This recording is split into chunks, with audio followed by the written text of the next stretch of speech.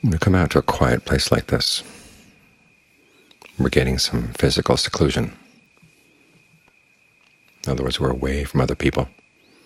It's not complete. We have our interactions with one another, but we do have long periods during the day when you don't have to interact. And that's when you find that you're still not alone. As the Buddha said, you have your cravings as your companions.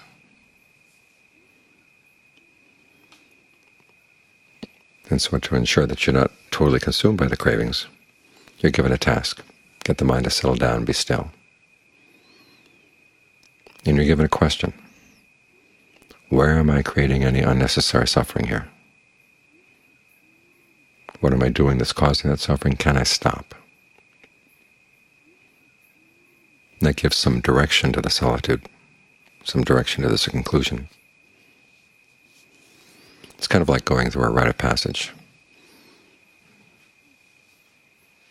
Back in pre-modern societies, they would send people out into the wilderness for a while, just as they were becoming adults.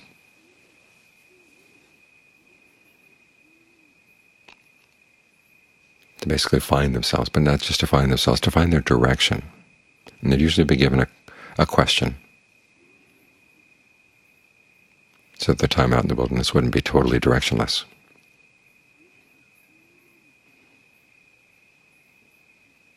The idea being that you would come out of that having a sense of where you wanted to go, what you wanted to do with your life.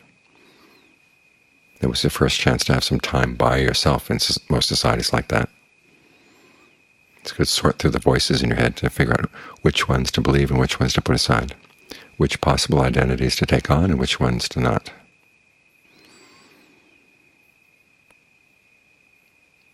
So it's good to remember that while you're here, the solitude is not just an end in itself or a static place. You want to give it some direction. And if you take on the Buddha's direction, of course, it is that quest to minimize and ultimately end the unnecessary suffering that the mind places on itself. Because in his analysis, that's the only suffering that weighs the mind down. It's the self-created suffering.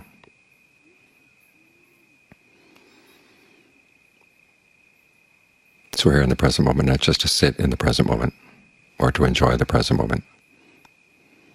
We're here because the present moment is heading in a particular direction. The things you do right now will have consequences now and down the line. You want to be clear about what you're doing so that you can direct yourself in the right direction and make sure you like the direction you're going. The Buddha refers to this in one of the passages we just chanted right now, the protection and the blessing that's provided by having yourself rightly directed. You have a direction that you want to go in,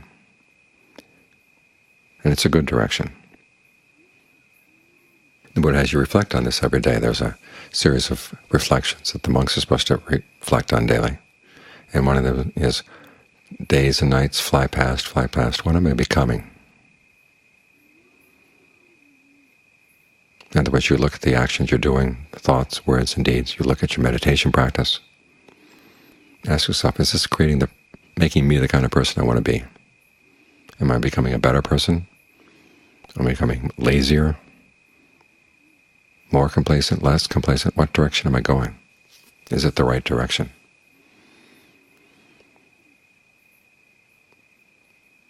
And if it's not, you make a change. And the purpose of the solitude is to get to see the direction as clearly as possible and to see what you're doing. So if changes are required, you have a sense of what it is you're doing that's creating the problem. If the mind isn't quiet enough, it can't make these connections. Because a lot of what's going on in the mind is like the larger part of an iceberg. Only a small part sticks above the water. The major part is underwater. And what we're trying to do as we meditate is going to lower the water level, so we can see more and more of what's going on in the iceberg. and see what direction it's taking. The Buddha's view of time is very dynamic. The present moment is not static. It has an arrow, what physicists call the arrow of time. There's a discussion in physics as to whether the physical universe really has time, or whether time is just a concept that we apply. I mean, we live through time, but maybe the universe itself has no sense of time. And if you think of a universe where everything is very simple, that is possible. But when you look at complex systems, you realize that you can't run a complex system backwards. So in a more complex view of nonlinear systems, the arrow of time is built into the way things are. It's very definitely built into the way the mind is. Even though the mind may regress in some ways, it's not basically just going back to where it came from. It's still going forward, but it's just going down. So you want to make sure that it's not going down. You want to turn that arrow of time up, the arrow of your actions. So it is going toward less and less suffering for yourself and for other people. So each time your mind wanders off, ask yourself, where is this taking me? Is this really where I want to go? And there may be an urge to go in that direction, but can you believe all your urges? Because often our urges are blind. You want to bring some clarity to this.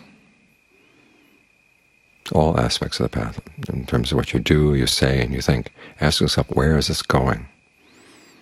We talked a little bit today about idle chatter. And what's idle about it is it has no purpose. I mean, daily chit-chat, if it has a purpose, it doesn't count as idle chatter. It's part of the social grease that keeps society moving smoothly. The problem is when you open your mouth just for the sake of having your mouth open and having some sound coming out, and in desperation to fill up the space with conversation, you just pull anything out of the mind. Anything pops up in the mind goes right past the filter. And that's the way you engage in conversation. You ask yourself, what am I becoming? What kind of person am I becoming?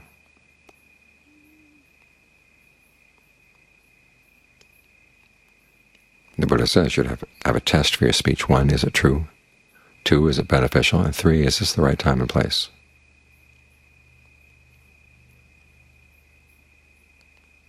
Because speech does take you in a particular direction. You do become a certain kind of person by the way you speak. And it's your choices from moment to moment, from action to action, that create the kind of person you are, or that you're becoming.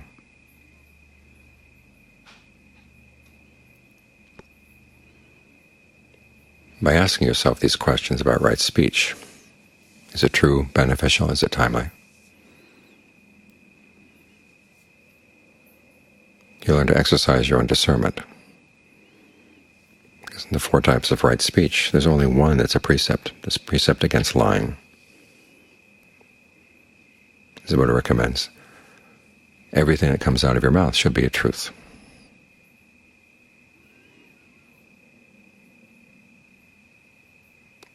That's something you hold to.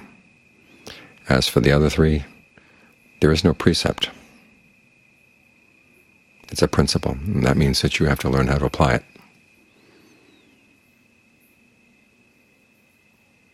The Buddha does recommend that in different societies there are different rules for what's appropriate, what is timely in those societies. So you have to be sensitive to that too.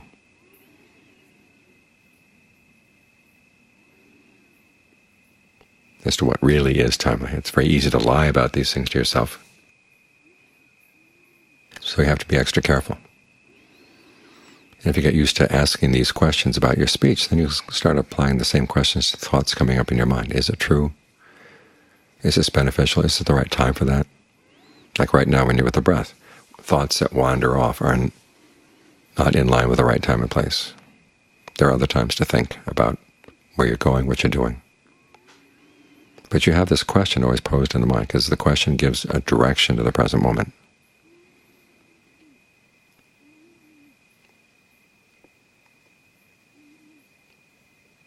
The same as you get into concentration. There's a question you carry into that. One, how to get the mind to settle down and to get a sense of refreshment out of the concentration. And then from there's another question. Is there still some unnecessary stress here? And if so, what am I doing that's contributing to it? This is one of the reasons we look for inconstancy even in the concentration, because it'll indicate when you're doing something that's more stressful and when you're doing something that's less.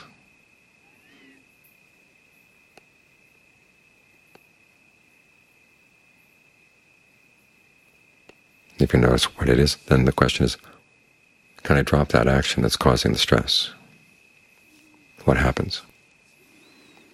And you can carry this through whatever level of concentration you have, whether it's a jhana or not a jhana, or how many jhanas there are. It's always the same question. Is there any unnecessary stress here?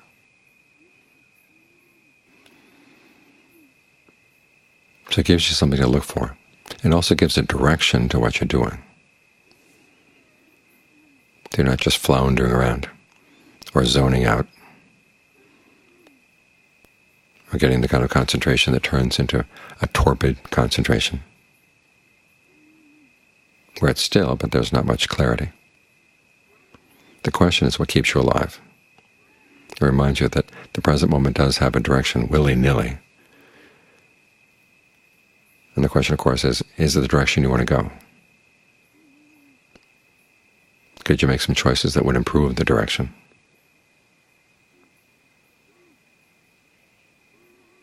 So that question, days and nights fly past, what am I becoming right now, is one to which you can give a good answer. You're becoming the person you want to be. You're going in the direction you want to go.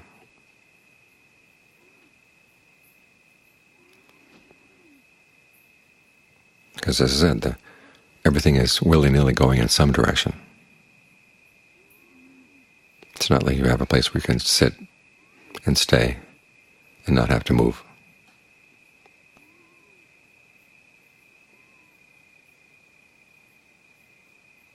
Even when you think you're just sitting, sometimes you're just sliding down. It's like climbing up a big pile of gravel. If you stand still, you start sliding down.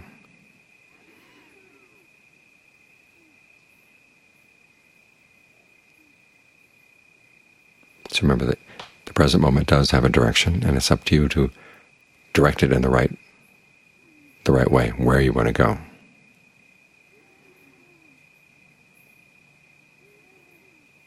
And you do have the choice. And getting the mind still like this, bring it to a state of physical seclusion and mental seclusion,